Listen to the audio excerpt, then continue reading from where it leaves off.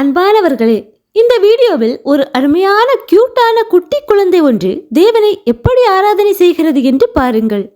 கர்த்தர் நமக்கு ஒரு அழகான வசனத்தை சொல்கிறார்.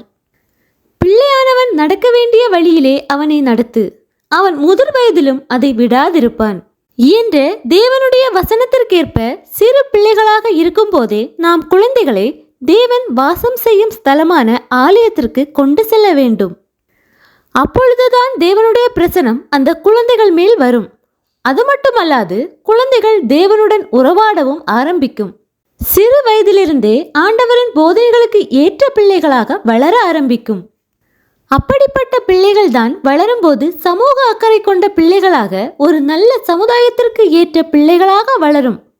அன்பான கிறிஸ்தவ பிள்ளைகளே, நாமும் நம் குழந்தைகளை இறைவனுடன் உறவாட விடுவோம். ஆமேன்.